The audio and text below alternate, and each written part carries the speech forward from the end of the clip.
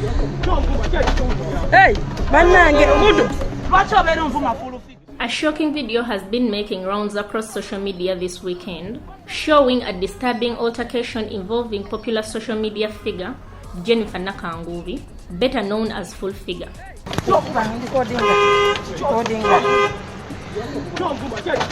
Hey,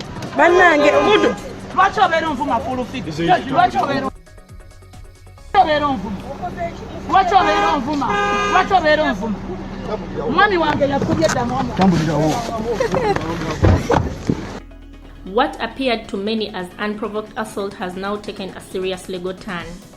Today, police officially broke their silence, naming a suspect in the incident. Full Figure, we gave a statement. I think one of my deputies, Nyango, gave a statement, but I can, for purposes of a wider view, just to elaborate it further. There was a video which was circulating on social media spaces showing some individuals assaulting somebody who appeared to be Full Figure. Then we also received a complaint from her, and as a result, we decided to investigate the matter. Our routines are very, very clear and predictable. If somebody chooses you, then you must explain. So, whereas I may not have the details of how far they have gone, but I can predict that whoever she accuses of having assaulted her, we shall treat him or her the way we treat suspects in those offenses. We shall bring you to the police station to have an explanation against the allegations brought against you. If the evidence is cogent, then we shall process you and take you to court.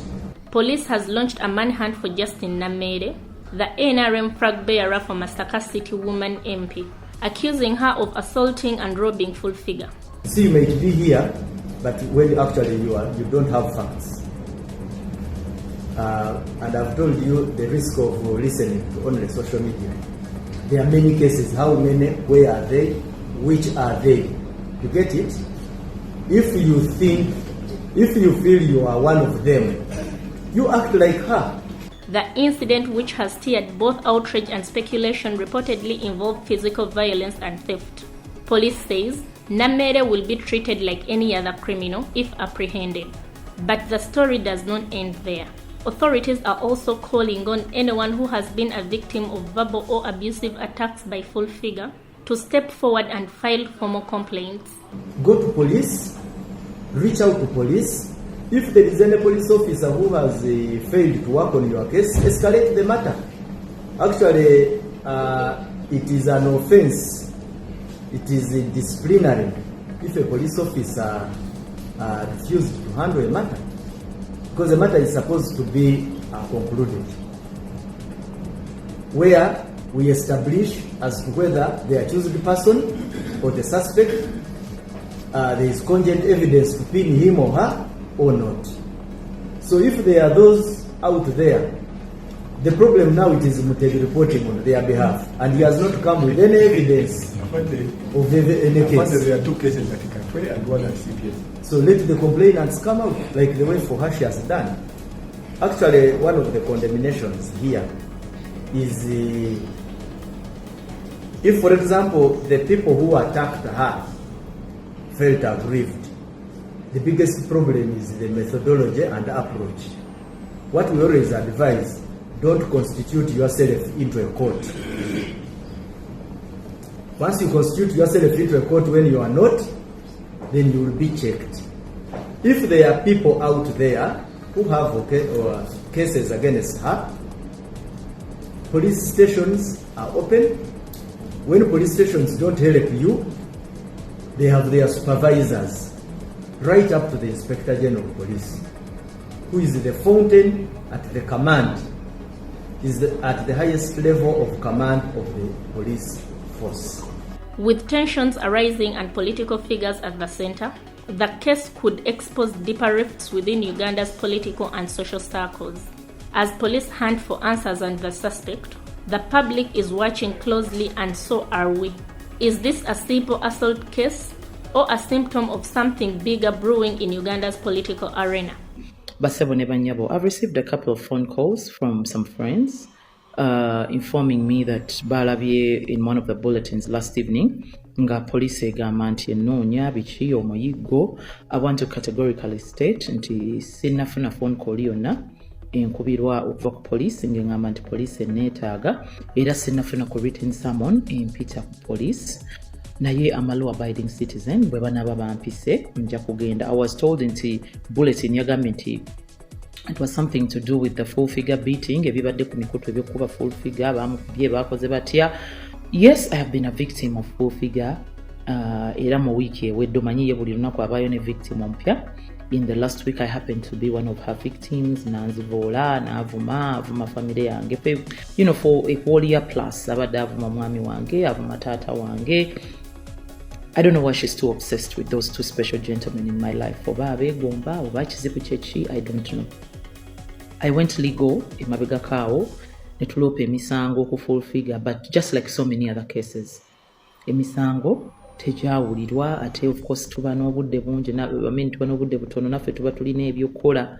I went ahead, office of the president, nembaloopera, nembategeeza full figure anyigiriza abantu bangi, nembaloopera from a community point of view, nembawa ne examples eza Hajati Zura, ez'abaana ba TikTok basibira obwerere, abasoosonkereza bwe bamuvuma ng'amaze obbavuma ate naye n'abasiba, you know, a lot of stuff. Ne batulaga nti nabo abavuma.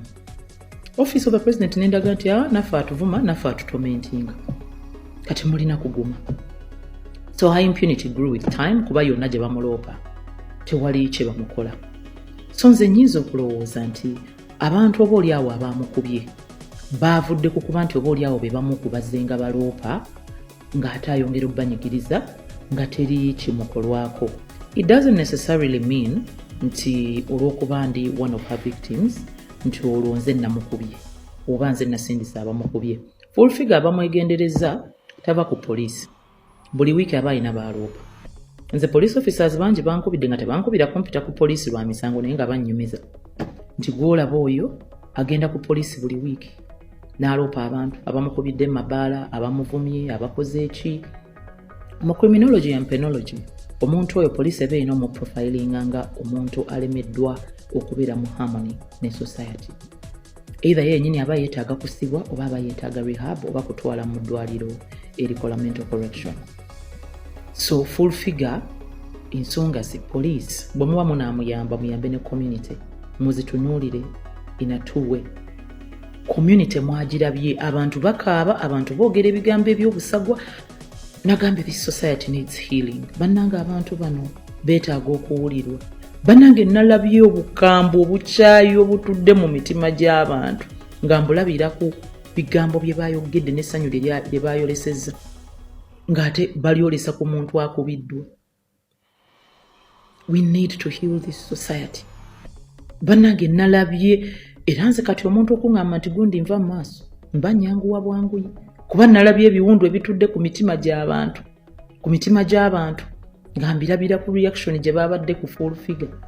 Naye nze munnange full figure, I took the legal route nendoopa as usual ng'emisango gy'abalala bw'atuuka avuma abapoliisi avuma ki, nengenda nendoopako mu office of the president bye yakola mwenna mwabira bakuba yabye recordingira ku video n'abita nga ngamba ajja kunjasa omutwe, ajja kunzita. A lot of threatening violence, a lot of assault, a lot of things ebyali criminal bye yakola right in front of the camera and right in front of the secretary to the president. Wadde nga ebyo byonna mbiyiseemu tekitegeeza nti ze mba namukubye. I know she's really trying to fix that matter onto me. Agezezaako nnyo okulaba nti akisiba ku nze kuba yatandika agamba kisa kya mukama yankubira nga agamba fuufiga amugambye mbunze napangisiza abayaye ne bamuteeka mu kakoona mbunze nanneerabirako n'agange mbunga mufumita ebiso simanya ne bamubbako emitwalo 7 ne iPhone kakati ate yabikyusizza yabitadde ku bba wa Nameere naye nga bba wange gwabadde ngaavuma n'okumumanya tamumanyi.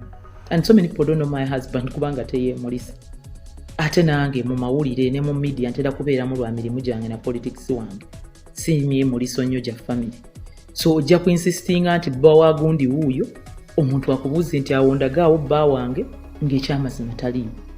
So poliisi bw'enaaba empisa I'm a law abiding citizen nja kugendayo sirina kyenkoze amagezi genjoggiwe era gempabula community ne poliisi ensonga za full figure muzizzeeyo mu community.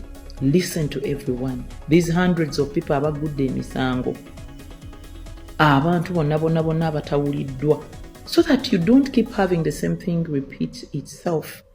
Omuntu omulala ajja keera ku makya amukwate amutte alilaki afunye ne chance ebeera ne reflection. Wuuyo bangambye nti bagenza omukuba simanya abadde akubidde Kalango essimu simanya namugamba amuwe miliyoni oba 2 alekeraawo okuvuma oba abawagizi ba Kalango oba biki. Omuntu omulala ajja kumuyita nga amanyi bamuyitidde ssente and they'll put a bullet through her. Mpabuwi kyakulabirako okusinziira ku bulumi bwe nalabye mu bantu.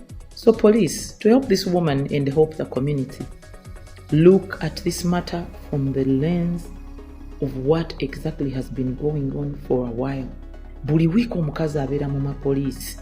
Buli wiiki yaba ayina gwaggulako omusango. Waliwo abagambye nti abo abaamukubye lwaki tebaamuvumye buvumi nga ye bwavuma. You all aware nti full figure bwavuma abantu nabo ne bamuddiza ngadduka nga abasiba.